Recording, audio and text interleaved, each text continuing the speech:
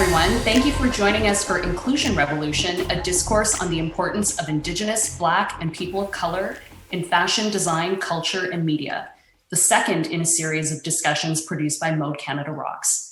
Today's discussion is generously supported by the City of Toronto and HOLR magazine. If you haven't seen the first discussion, Black Canadian Style, Here's the Thing, I encourage you to watch the recording at modecanadaRocks.com. My name is Anjali Patel, and I'm a lawyer and trademark agent in Toronto.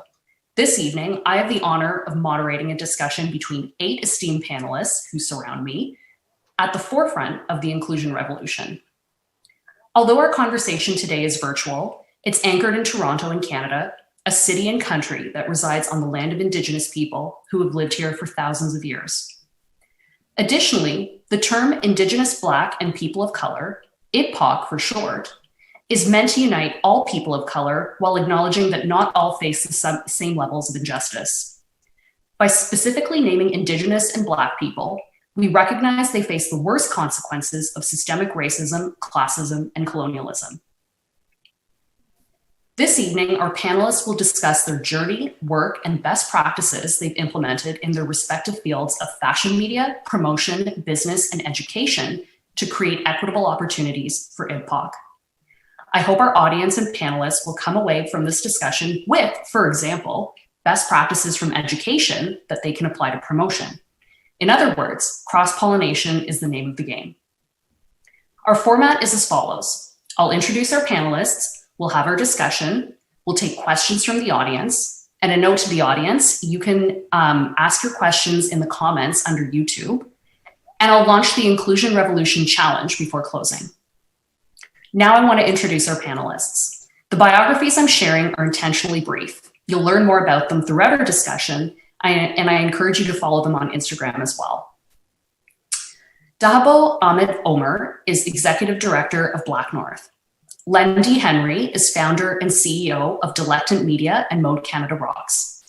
Riley Kucheran is an assistant professor at Ryerson University School of Fashion. Susan Langdon is Executive Director at Toronto Fashion Incubator. Paulo Leone is an independent brand strategist and creative collaborator who is from Brazil. Bernadette Mora is Editor-in-Chief at Fashion Magazine. Sage Paul is Founding Artistic Director at Indigenous Fashion Week Toronto. And Dory Tunstall is Dean of the Faculty of Design at OCAD University. Now for our discussion. Aside from my lightning round questions, which you'll learn about shortly, we've allocated roughly 2 minutes of speaking time per person per question.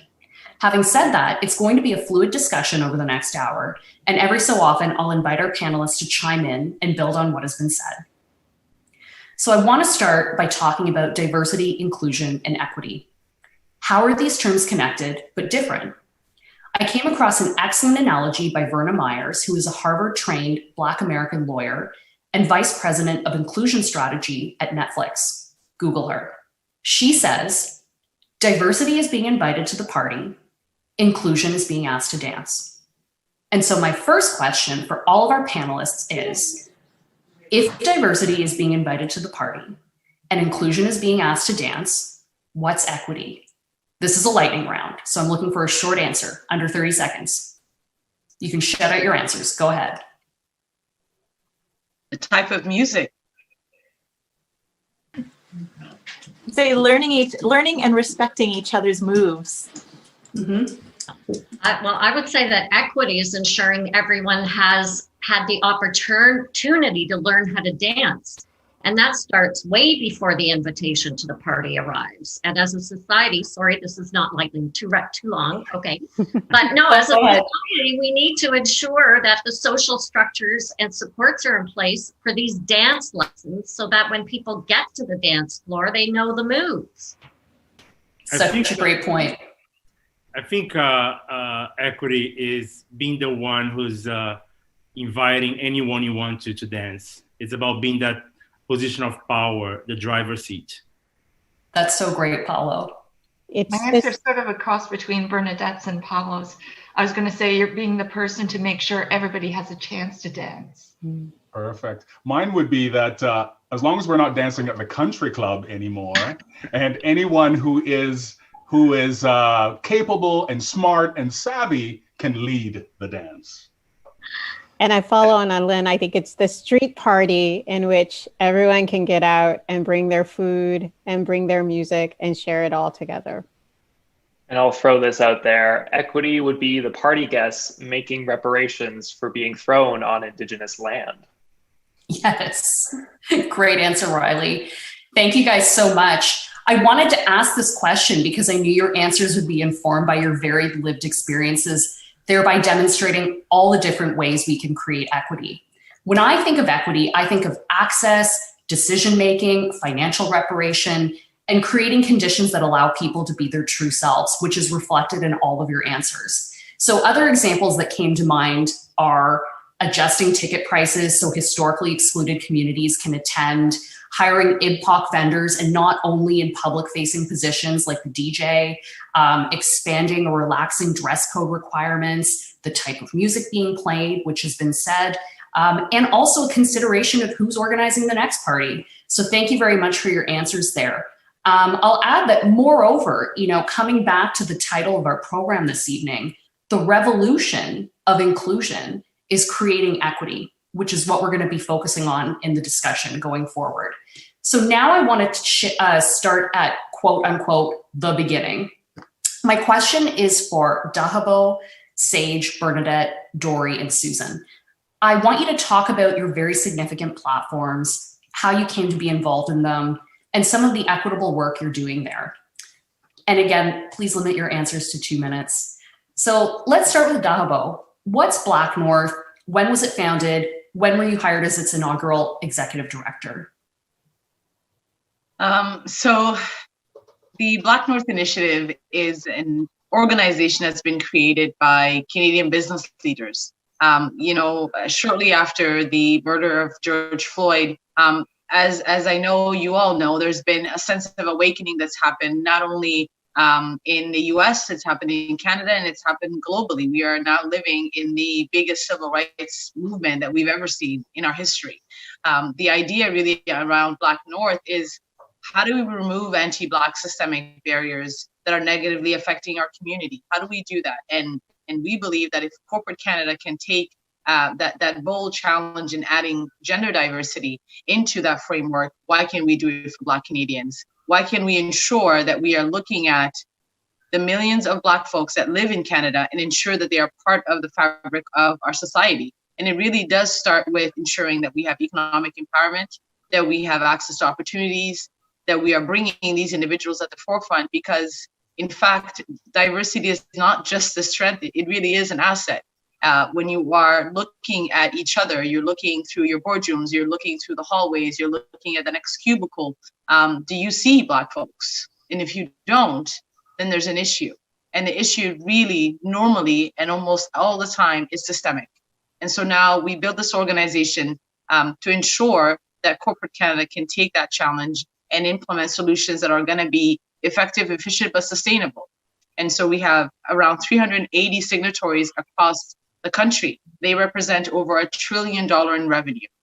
Imagine the impact that 380 corporations, universities, hospitals can make when they start to look at their policies, their processes, the way that they function, the way that they create a sense of belonging in our community. I think that there's a joy that comes with being honest in this space. And this conversation with the BlackNorth Initiative that the BNI has created has been very, very authentic. Some of the conversations has been about how do we change, and that we have to change. And so once you've accepted that, once you've accepted the reality, then you'll do something about it, right? And so, I've been the executive director since technically my first day was supposed to be September 8th.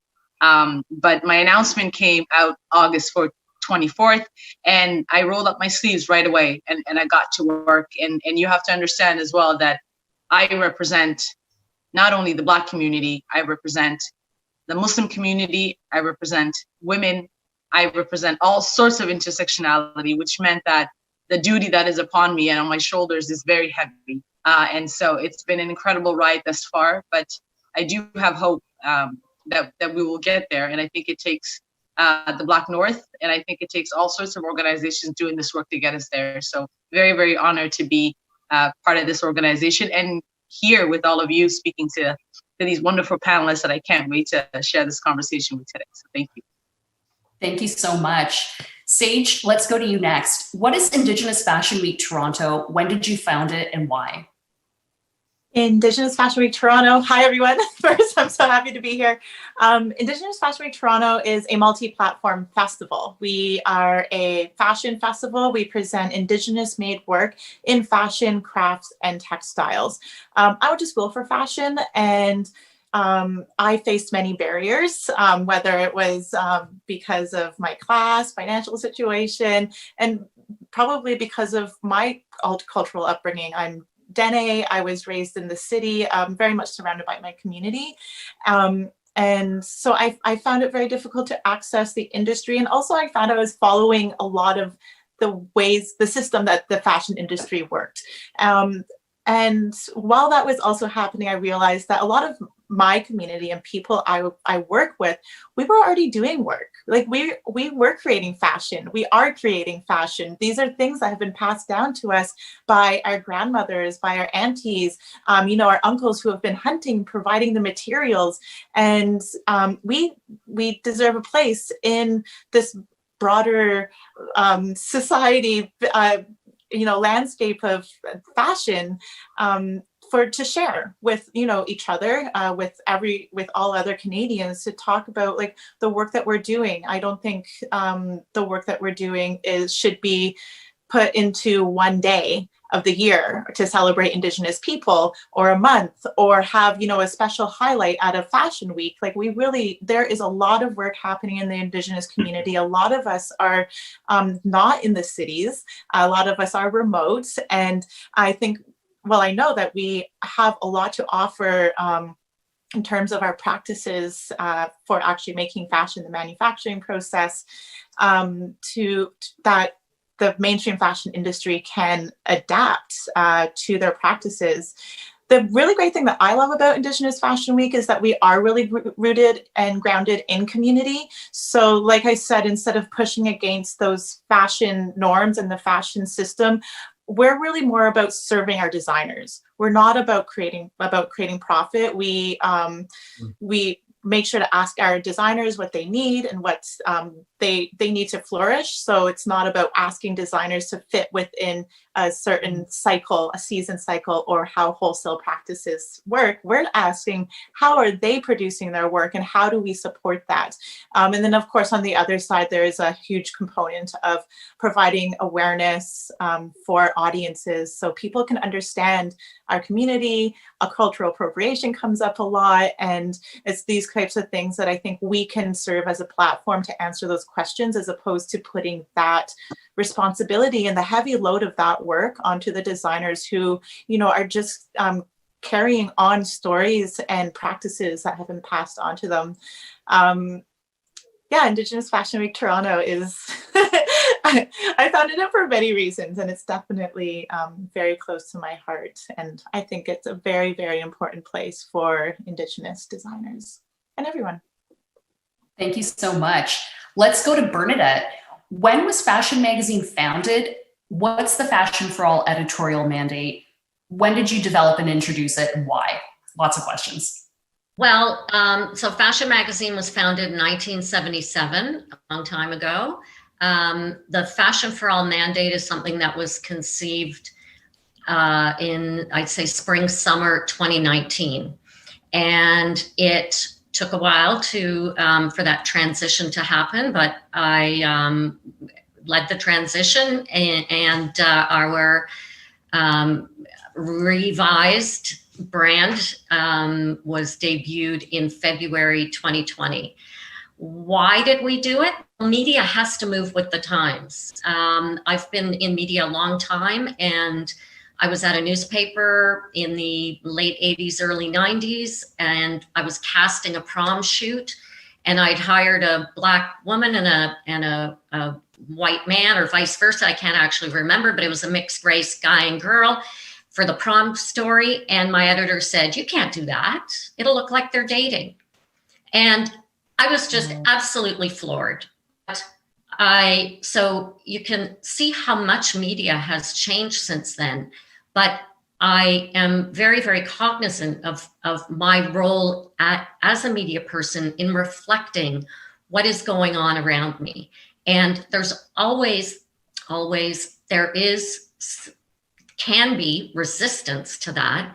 And so that's why it was very important when we decided to switch from a traditional women's magazine to a magazine for all ages, sizes, genders, ethnicities, and orientations, that we had this mission statement, fashion for all. And so that it's very, very clear who we are, and it's a way that we can lead others along with us. We put the fashion for all messaging on the spine of our magazine every issue, and we have it as the subject line for every single newsletter that we send out. So it's a phrase, it's a mission statement, for ourselves also as writers and editors, to keep us on track and to keep us accountable to ourselves with who we are speaking to, and also the stories that we are telling. So some of the changes that we've made with the magazine in order to address BIPOC and IBPOC stories and people are that we have launched a hair column called Texture Talk, which has become an overnight sensation, really, really popular. And because we are the only mainstream media brand that has regular coverage for Afro-textured hair. We also launched feature stories called My Story, where IBPOC creatives tell the story of their brand and their path. We are actively looking for IBPOC contributors, and whether they're photographers or makeup artists or writers. And we need those people feeding us and nourishing us and helping us to tell the stories of the broader community. And for example, we have a great one that our beauty director, Natasha Bruno, has in the winter issue, which is just coming out, about the racism and segregation that exists in hair salons. Now, this is something that never would have occurred to me, but there are many stories of people who go to a hair salon and they're turned away because there's no one there who can work with their hair. So right now there are 3 petitions underway across Canada to push the provincial governments to make textured hair a regular part of the beauty school curriculum. You can find them on our website now. So this is just one example of the types of fashion and beauty stories that we never would have been aware of if we didn't have a diverse group that is within our contributors. So it's not just the stories that we're telling and the people that we're attracting, it's all going both ways. So that's the new Fashion for All. Amazing. Dory, let's go to you. When was OCAD founded? When were you hired as Dean of the Faculty of Design? So OCAD University was founded in 1876. I was hired in 2016 as the first Black and Black female Dean of a Faculty of Design anywhere in the world. And so as a first, there's I think a lot of responsibilities, both in terms of representing what does it mean to be a sort of a Black woman, cisgendered woman leading a design institution. So I represent mostly on Instagram through Dean Dory _OCADU through the hashtag Dean Drag. So fashion is a very important part of my leadership and representation. Again, doing the work in terms of building relationship with diverse communities, being present and sharing OCAD University's resources, and then working every single day with amazing colleagues to decolonize art and design education so that, and the way I talk about it is that, so that my IBPOC students don't have to choose between their beautiful, diverse identities and being a professional designer in a creative field, because the image and the expectations of that field is that they have to give up who they are in order to be successful. Thank you. Susan, what is Toronto Fashion Incubator? When was it founded, and when were you hired as executive director? Hi, thanks so much. So Toronto Fashion Incubator is an award-winning nonprofit organization founded by the City of Toronto in 1987. So we're 30 plus years.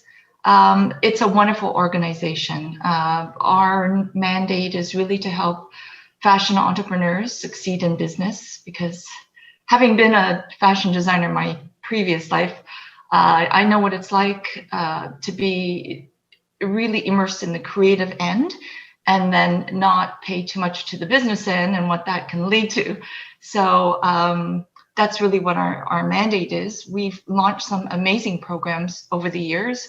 We ran something called Fashion Your Future, which was a youth program that we ran in Regent Park for 3 years. It was a summer boot camp, and it was really for racialized and marginalized youth to help them start an accessory business. And many of them are still in business today, so that's wonderful. Nice.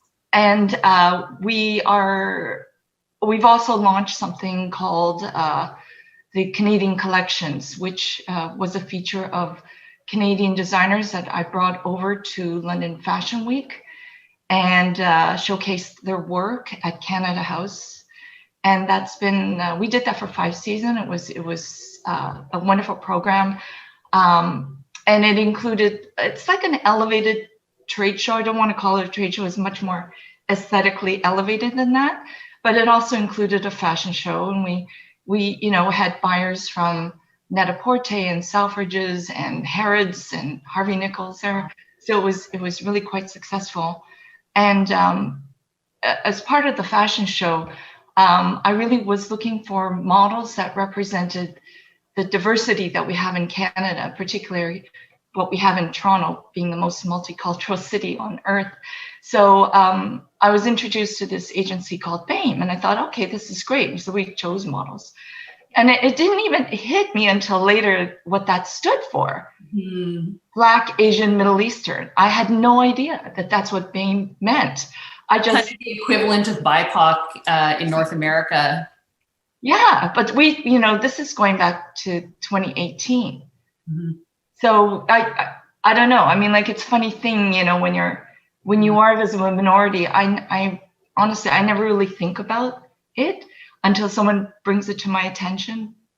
So I never really think about it that way. But anyway, I looked at the agency, looked at the roster of the models and thought, hey, they're perfect. So we've been doing that.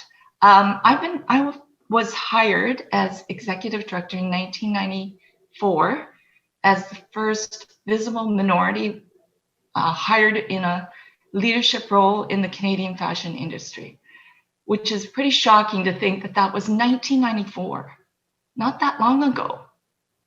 But that I give kudos to the City of Toronto and to TFI for taking that step forward. Thank you so much. So in asking this question, I also wanted to emphasize that your executive level involvement, considering timing and your status as women and women of color, is a revolutionary act of inclusion. As Vice President-elect Kamala Harris's mother told her as a little girl, you may be the first to do many things, but make sure you're not the last. And based on the work you're doing at BlackNorth, Indigenous Fashion Week Toronto, Fashion Magazine, OCAD, and Toronto Fashion Incubator, none of you will be the last either. So I thank you for your advocacy. So my next question is for all of you. It's about perception, reality, and social media. Since George Floyd's murder on May 25th and the civil rights movement that followed, the fashion industry has done an about-face. So my question is, what changes, if any, have you seen in fashion accounts you follow on social media? What's your impression of these changes? Were they well received? Did they fall flat? This is a lightning round, so go ahead, shout out your answer. Stillness. Oh. I would like, I'm sorry, Paolo. No, go, Len, go. No, please go ahead. I think that we would all agree that there's greater representation on social media. The challenge for me is, I think that what we're striving here is greater representation in the real world, in real life. So for me, I tend to be less excited about surface level borderline exploitative initiatives, and got much more excited about purposeful, deeper, more thoughtful initiatives like the Pull Up or Shut Up challenge that challenged brands to disclose how many of their leadership teams were Black, or the 50% pledge by our own Aurora James, which challenged retailers to have 15% of their shelf space donated to Black-owned businesses. For me, those kind of initiatives come with accountability embedded in it. And for me, in order to drive true systemic change, the initiative needs to have accountability embedded in it. So, yeah, but again, I don't want to take it away from the merit of having greater representation of social media. I just think that we're at a phase right now that I think we need to go a little bit deeper than that. I'd love to, kind of just tip a little bit about the consumer reception, I think, based on having mounted Black Canadian Style in August and now promoting this event with everyone here. I did find that there was not as feverish a response from the consumers for putting this out there. And I don't know if it's because there's a panel exhaustion, because there have been many of that and people are perhaps a little exhausted of watching people speak on panels and so on. But, initially I was a little dismayed, but the energy picked up afterwards. I don't know if consumers, Canadian consumers, want to kind of continue having this conversation.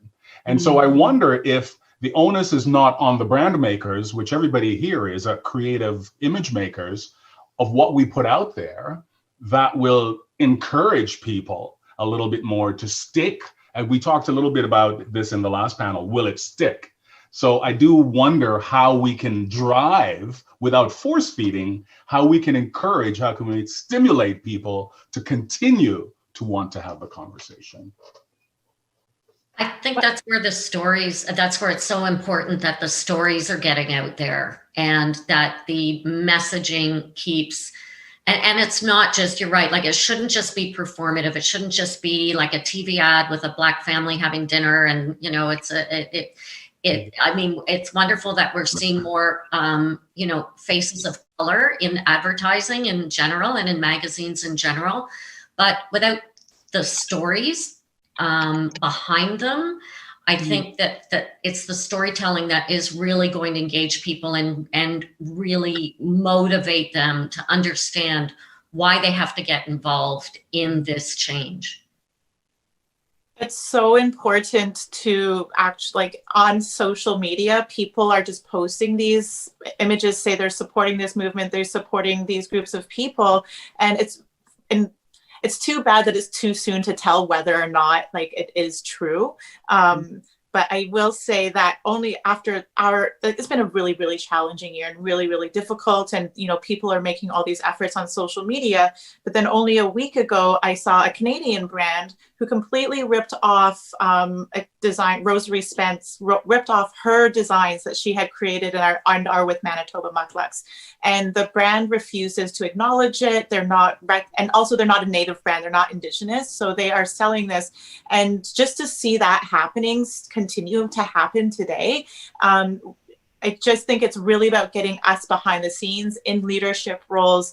Otherwise, we're going to keep on seeing things like that happen. That affects people's livelihood. There is we face racism, which is violent and dangerous. And then there's our livelihood where we have to live. You can't be taking our work from us. Yeah. Totally agree with Sage. I think Indigenous people know the best way to tell Indigenous stories. So I make a point of not following a lot of mainstream brands or publications. I've gone through cleansing accounts where I'm unfollowing because I need to be laser focused on the Indigenous fashion movement and supporting Indigenous fashion journalists, because it should be us telling our stories. I totally agree with Paolo. I think a lot of this has been surface. And Indigenous people, I think we're naturally suspicious when we interact with the mainstream for many, many valid reasons. A lot of broken promises in our history. So I'm not holding my breath to see if these are going to be very genuine.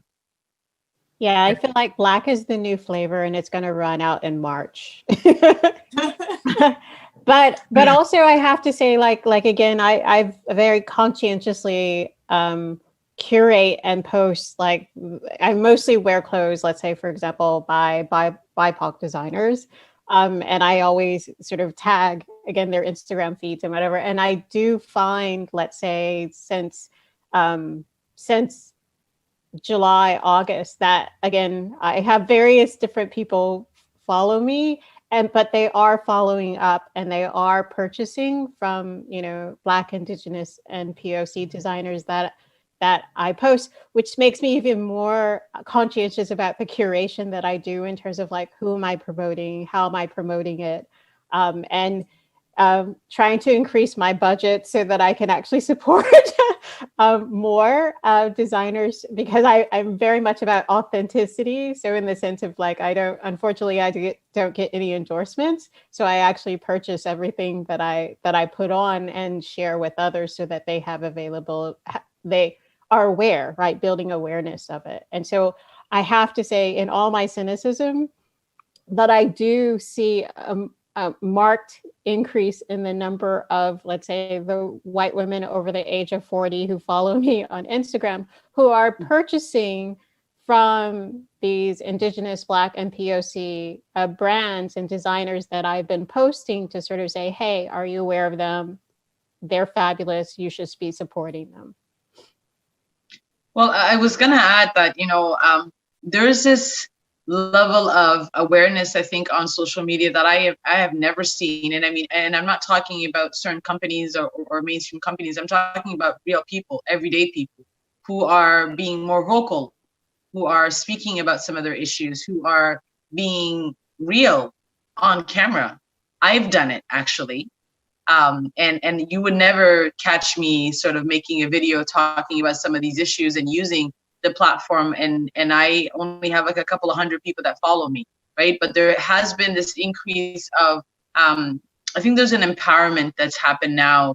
More and more people, and especially Black women and Indigenous women, are speaking out and are supporting each other and are following each other and reposting and resharing. Like, I have friends of mine and people I follow who don't post anything but share, just continuously share. And I'm being, my eyes are, and I'm a Black Muslim woman, and my eyes are being open to a whole world of diversity that I wasn't aware of either. And so I think that there's a level of empowerment that's happening on social media, and I think that the change that we are all looking for, I think, are going to come from everyday people, and it always does. It's a very small group of people that push.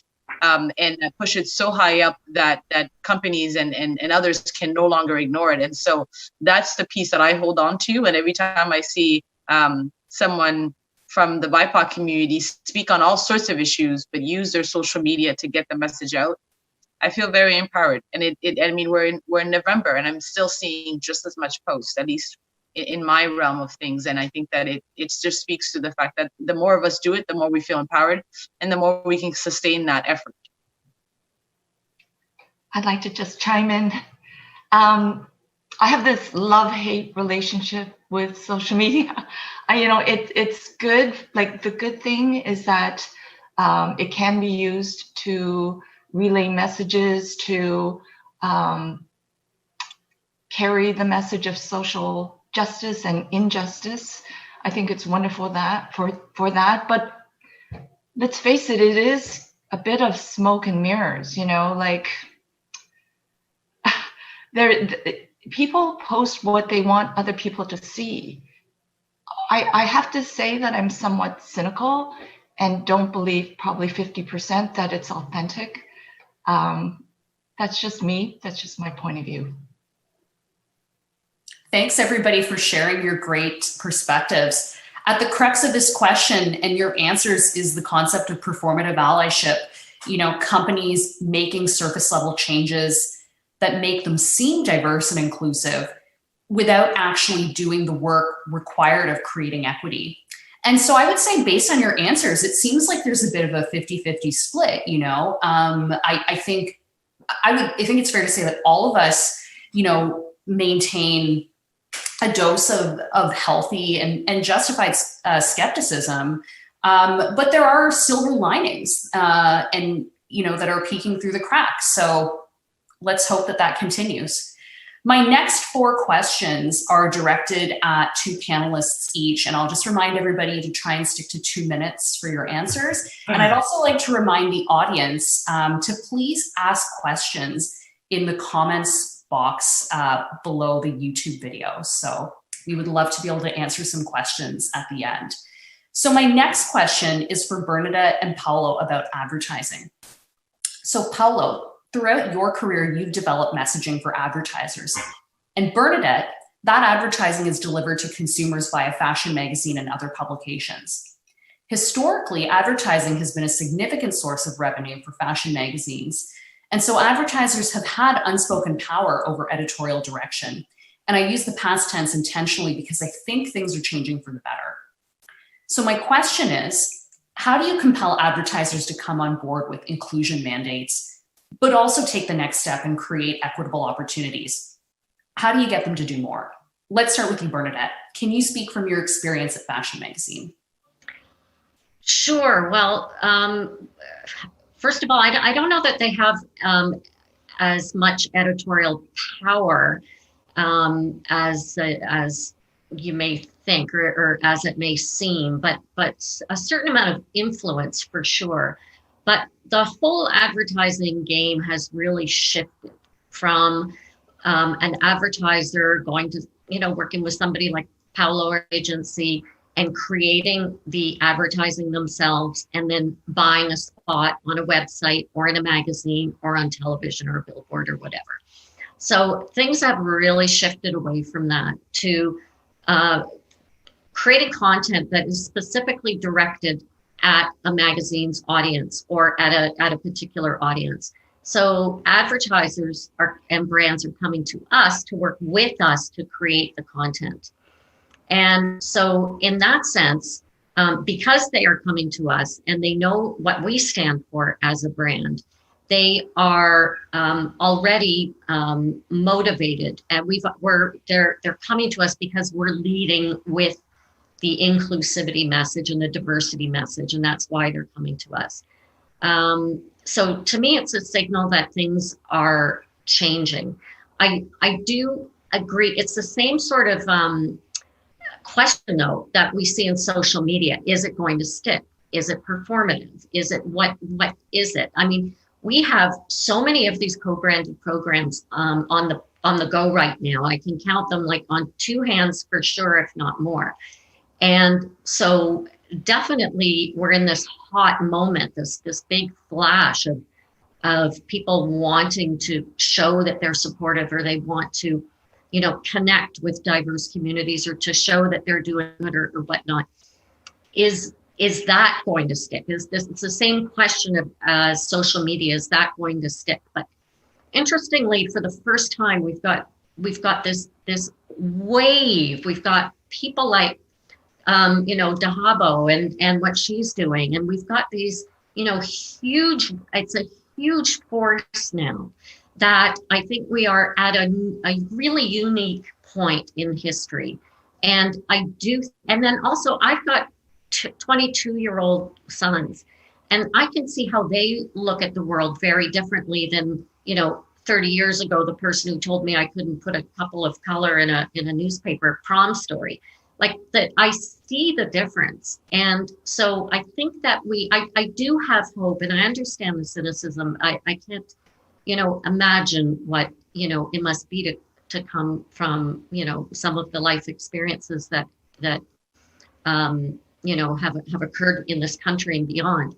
But I do have hope that things are changing. That's very encouraging to hear.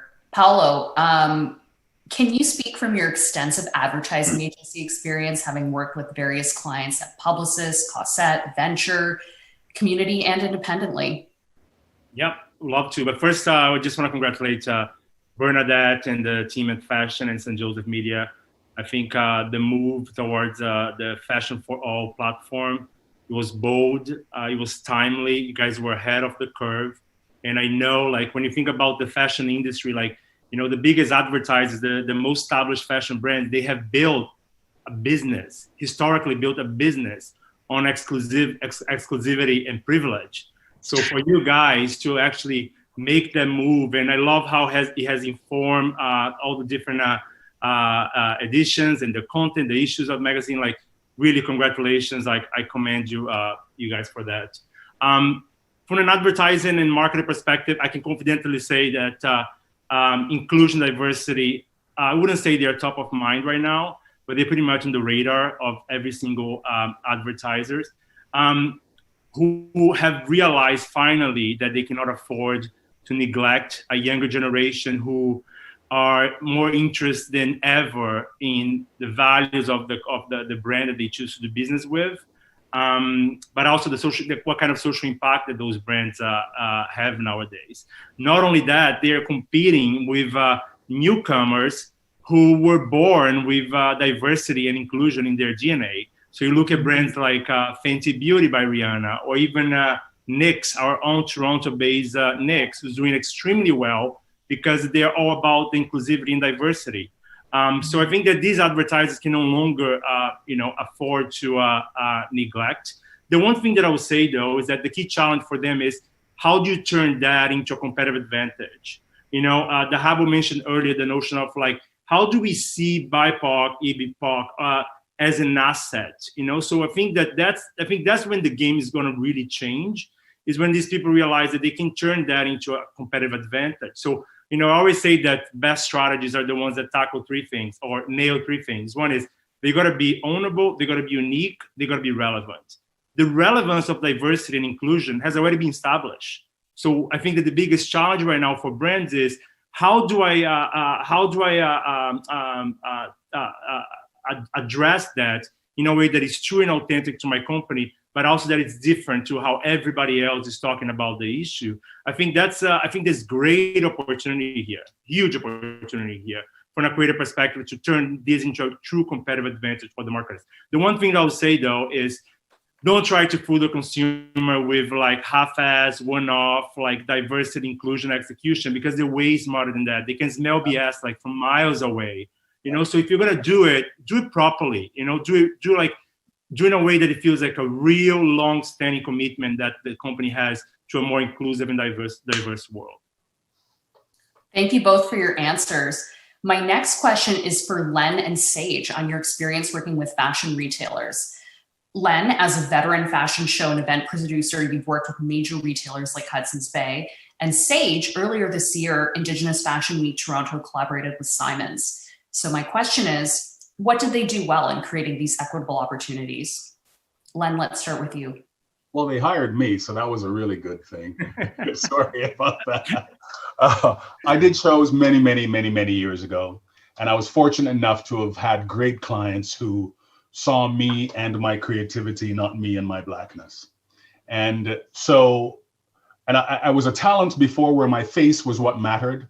And I chose actively to go behind the scenes because I was facing such racism as a talent that I wanted to go behind the scenes and make stuff up, and it wouldn't matter what I look like.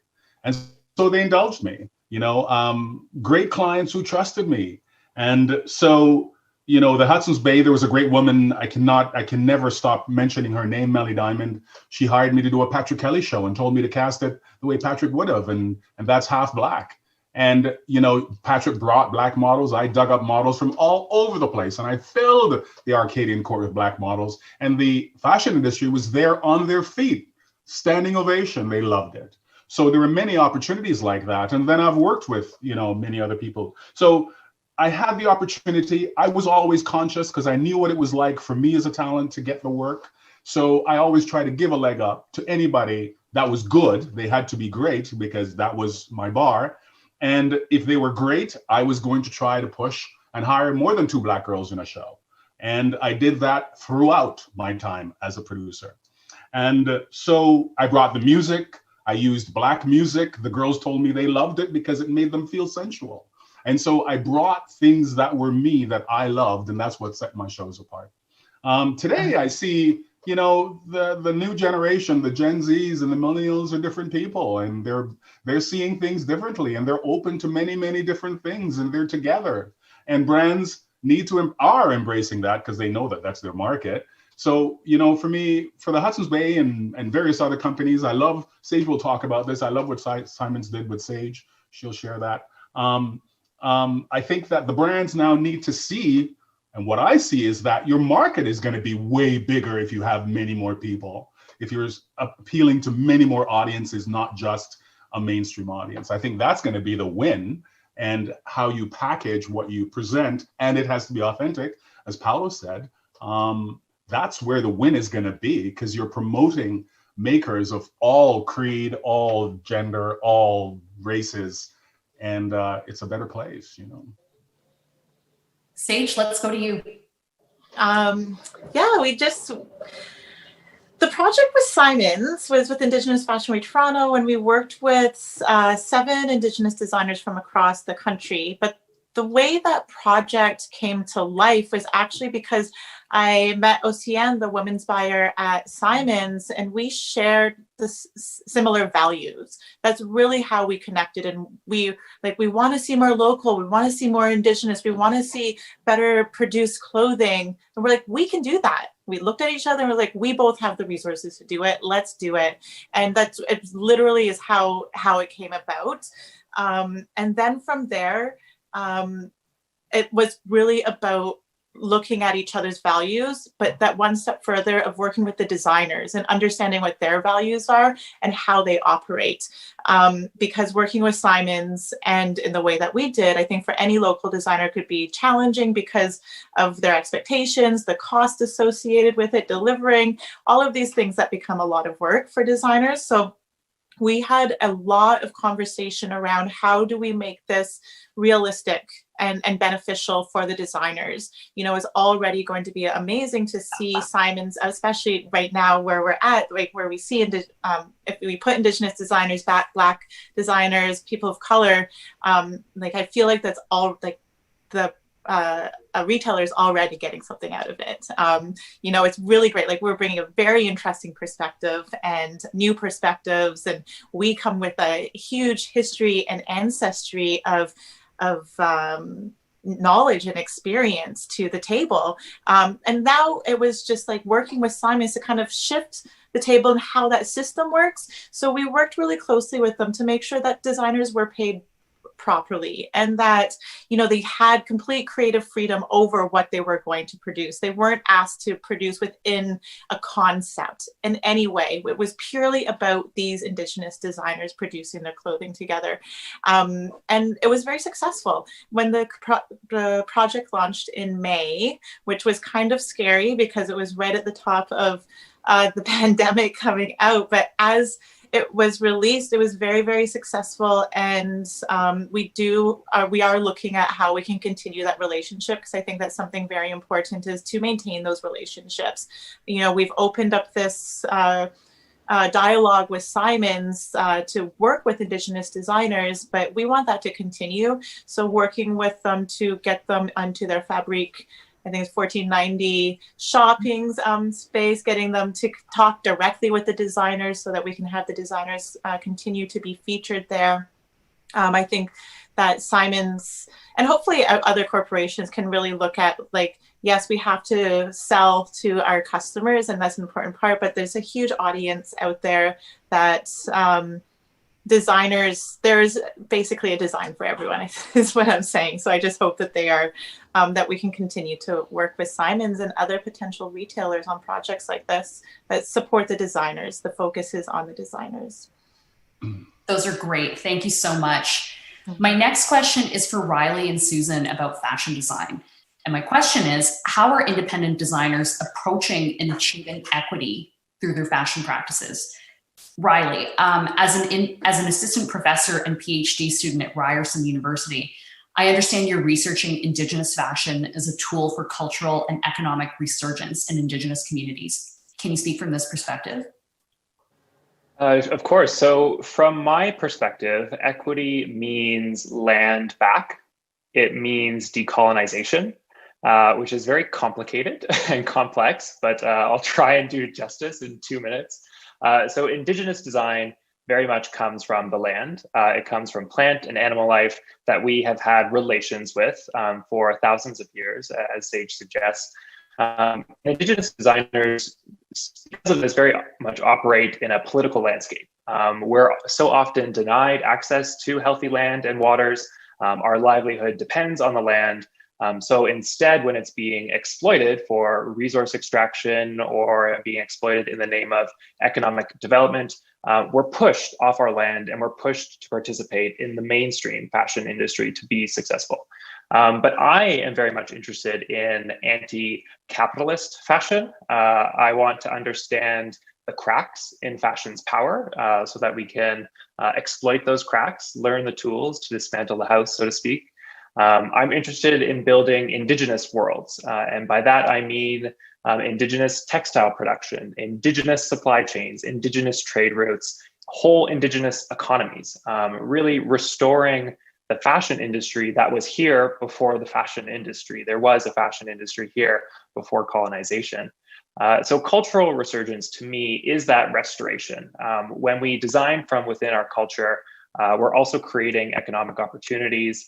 And if we pair that design, that land-based design, with more equity-seeking businesses, perhaps those are socially minded businesses or cooperatives that distribute the wealth and the power, and then that economy can become equitable. So I think design is very, very much important that it is married to a social economic model and mindset.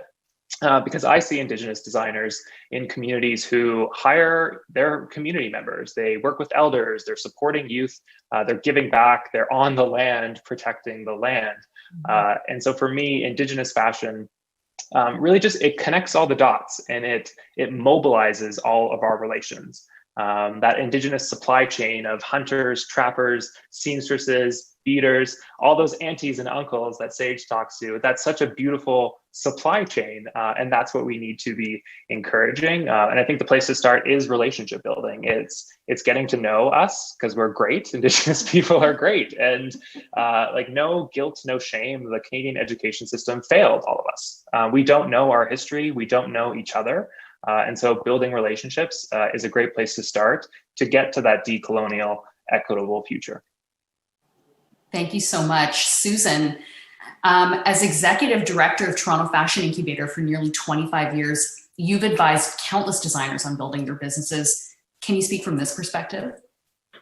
Yes, part of my role as Executive Director includes mentoring the on-site designers, and we refer to them as residents. And it's always, usually our consultations are around business and increasing sales, because that's the most difficult thing about being a fashion designer and trying to launch a business. So it's from that perspective that I might bring up the topic of inclusivity. For example, a typical size 4 in the industry, like the block, it's 34 bust, 25-inch waist, 36-inch hip, 5'4", 32-inch inseam. Well, whose figure is that? That's a white woman, average white woman's body shape. It's not inclusive. If you think about how you can, so yes, you do have to, you want to make sales, you want to sell to the mainstream stores, but there are ways that you can approach size to make it a lot more inclusive, to reach all types of different ethnicities and body shapes and body types. Hey, look, I'm Asian, I'm only 5'2", for example, so I'm not normal. And what if somebody has bigger hips or a bigger bust, for example? So, but there are different ways that you can get around that. So, for example, I would say to a designer, forget a waist seam. Try to design something that doesn't stop at the waist. Try to maybe make things that are not so bodycon. Maybe introduce fabrics that have a little bit of lycra, that give a little bit. Think about hemlines with asymmetric hems, with a high-low hemline. So they're different. That's sort of the way that I approach it. But I try to make them realize that they can become perhaps more successful, make more sales by being more inclusive. Incredible answers. I'd like to move on to Dory and Dahabo, and my question for you is about hiring.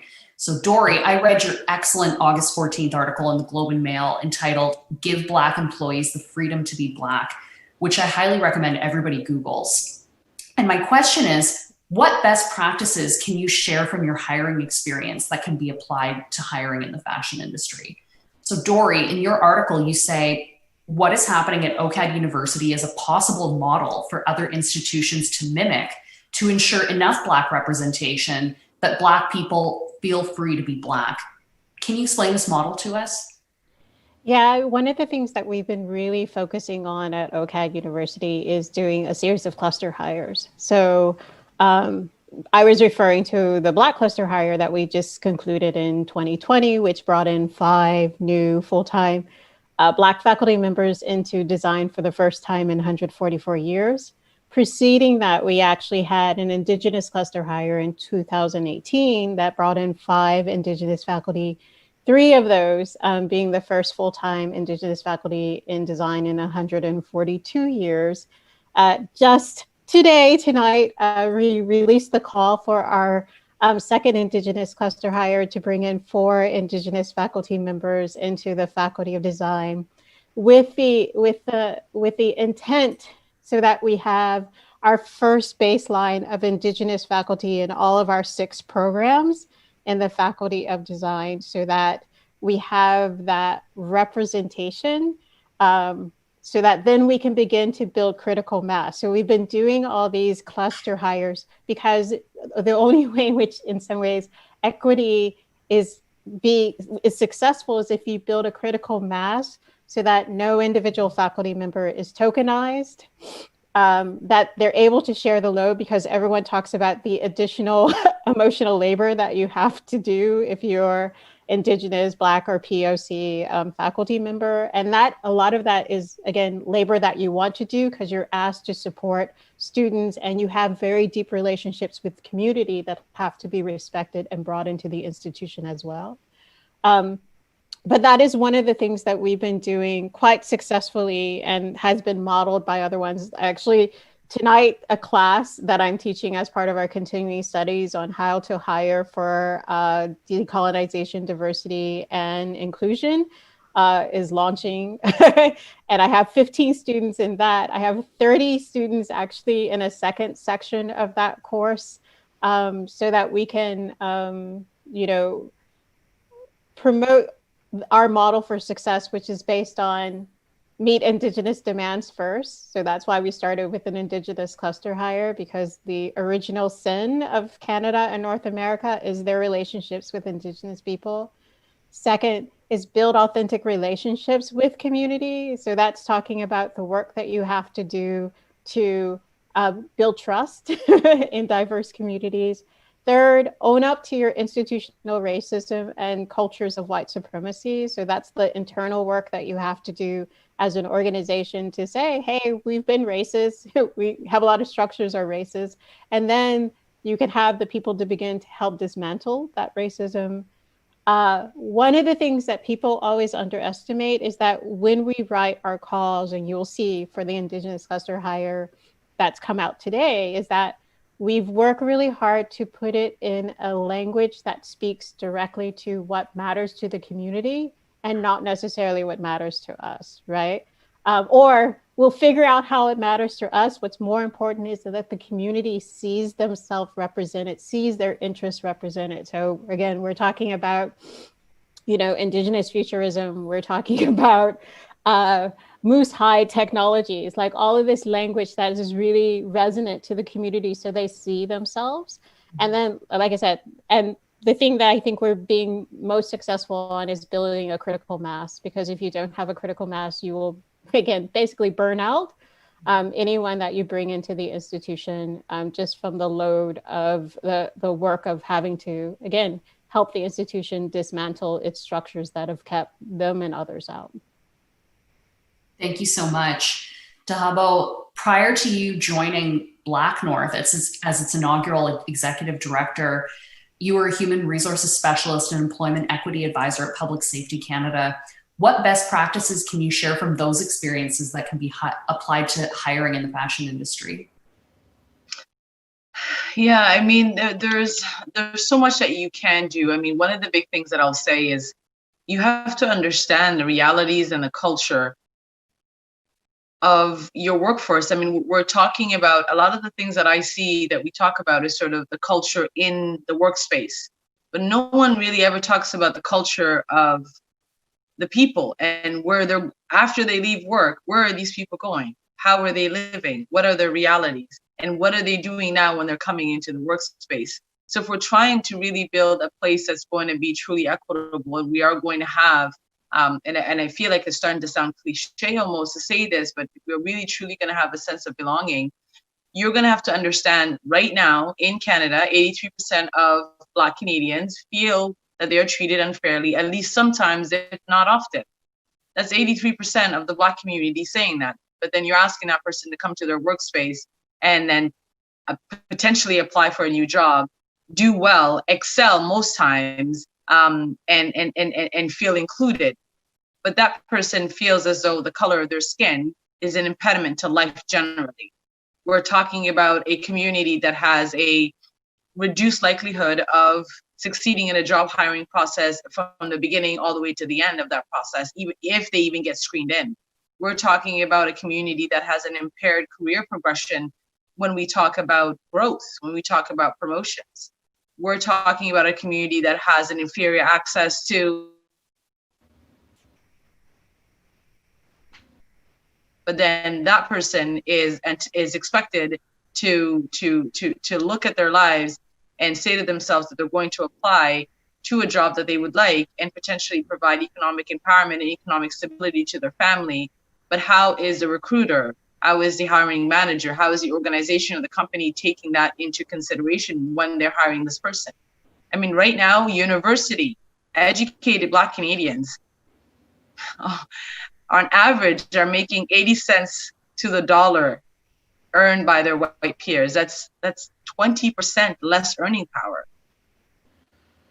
That's because the way that we are recruiting, the way that we are bringing in Black Canadians into the workspace is not done in an inclusive way. When you can see that on average, a Black person makes about $12,000 less than every other worker, there's a wage discrimination that is so high that right now in the Black community, it costs the Black community $1.5 billion annually because of that wage discrimination. Wow.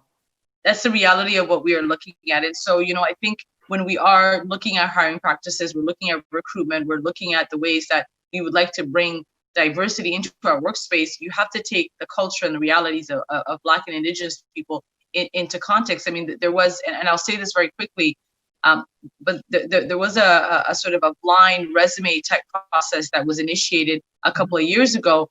And I mean, if I can tell you some of the findings, it was incredibly scary. There was a racial discrimination just in resume screens with just the concept of the name of the potential candidate.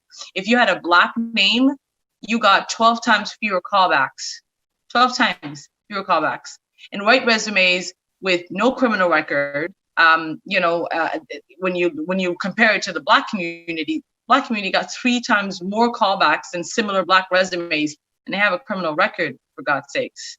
And if we look at just white resumes with a criminal record, they got 1.5 more callbacks than Black resumes with clean records, simply because of the name. And so the discrimination really in terms of recruitment starts right at the beginning. It's not just in the process, but it's right at the beginning. And for those of you in the fashion industry, I am fashionable, as you can see, but I'm not in the industry.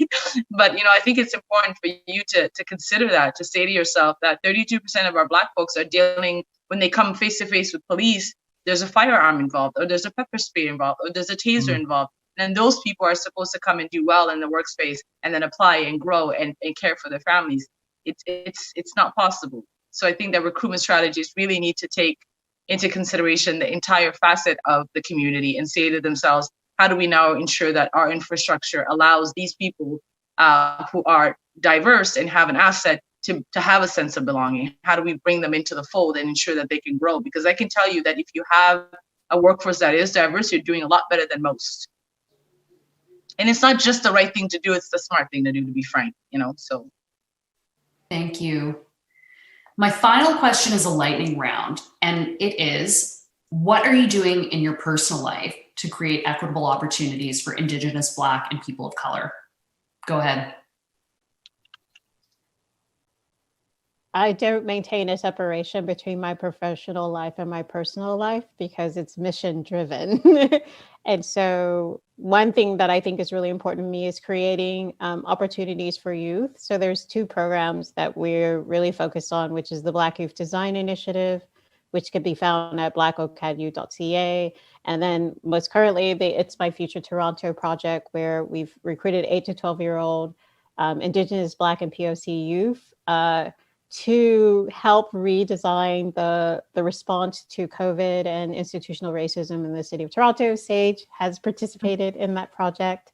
And it's found at itsmyfutureto.ca. But my focus is really like I'm going to the youth, the 8 to 12-year-olds, and really helping to expand the possibilities for them in terms of looking at the field of design, again, introducing them to Indigenous, Black, and POC designers like Sage, so that they know they have a future in design, and a future in design in which their aspirations can be supported and impactful to the communities they care about. I've always been conscious about hiring of talent. And I've forever, since being a producer, have always made an effort to give models who are not mainstream a leg up, and if they're good, a leg up. I want to go back to just ask a question quickly about Dabo's point. If in the industry, I've always often asked Susan Langdon this question: why aren't there more Black designers that are respected in the industry? And why aren't there more Black designers at Toronto Fashion Incubator? The effort that Susan puts out, but what is the response? What is the struggle? What is the effort? What can the schools do that help to support and encourage these kids who are creators, that perhaps feel that they're not a part of the industry, can't be a part of the industry, not welcomed in the industry? There are more designers now, certainly, than there were when I was doing shows, but I don't see, Greta Constantine, and there are some other brands that are breaking through and successful, but it's 1 and 2, for the numbers of designers that are aspiring, how can people, BIPOC, IBPOC, whatever, how can they be encouraged to dare, to try, to be there? I do my bit, as I said, to hire talent, and simply putting this panel on for me is a personal love project. And all of you, thank you for being here and sharing your strengths and your power. For me, this is sharing you, meeting you, some of you, and sharing publicly. Here are great people of color, and Bernadette, who's very colorful, who's doing great things. And your passion at fashion, I think, is just so amazing. So you had to be a part of this conversation. But just to share this publicly with the world, that there are great Canadians of color who are doing amazing work, and you can too. And so for me, this is a personal journey. This is why we're doing this. That's why I've reached out to you and asked you to be here. I could respond to you, Lynn. I just wanted to let you know that it's not that they're not welcome to the fashion industry. Everyone is welcome to the fashion industry. And I think the biggest challenge for Black designers is probably lack of funding. It takes money to launch a business. Maybe they're having more challenges trying to get financing. It could be, what Dahabo said about people, putting your name on a bank loan application, and then they happen to think that it's a non-white name. Maybe there is discrimination from that point forward. So it's not that they're not welcome, they are. I know my part at TFI, like I've always hired on merit. I really don't care what you are, I've lived with racism my whole life. I lead by example. I treat people fairly. That is my goal. I have no tolerance for disrespect. And I just think that, any designers who apply to TFI, for example, if they want to have a studio there, I look at their work and their merit, not who they are. Fabulous. My answer comes down to 2 words, unfortunately, not enough. like every day, even now, as I listen to this, I can, talk about things that I do, but I think personally, I just think it's important to keep pushing. I think Dory hit on something interesting in that it has to start very young. We're making a concerted effort to get into high schools to inspire that love of fashion and design at an early age. I think that's really, really important, even before people are thinking about applying to universities. For me in particular, I am focusing on building those relationships within the Indigenous fashion movement, between other fashion movements, because I'm in a position of power now where I am designing courses or entire curriculums that will be educating, the future generations of Indigenous and just fashion leaders in general. I need those relations. I need to be held accountable to how that design process is happening. And I think that's my goal, is just building those relationships to help inform those courses, those curriculums that really let Indigenous students be Indigenous, or let Black students be Black. Like, that is our goal, is to make sure that students be themselves when they get here, and that they don't have to shed their identity to be successful in the fashion industry. And redefining notions of success, you don't have to leave your home community and move to Toronto, move to New York and Paris to be successful. I think we should be moving slower and being smaller, and that is success.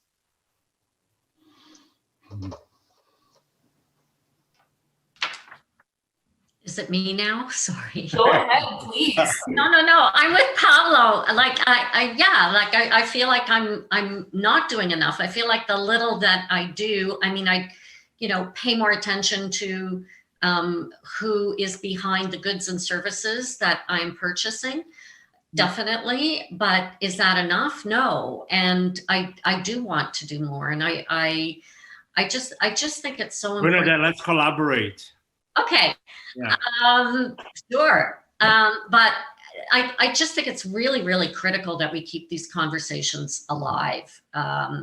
This has been such a great group of people, and so interesting. And these are the types of conversations that we need to keep going. And so that we, don't let, that we make sure that people are accountable, and that the momentum that has begun doesn't cease.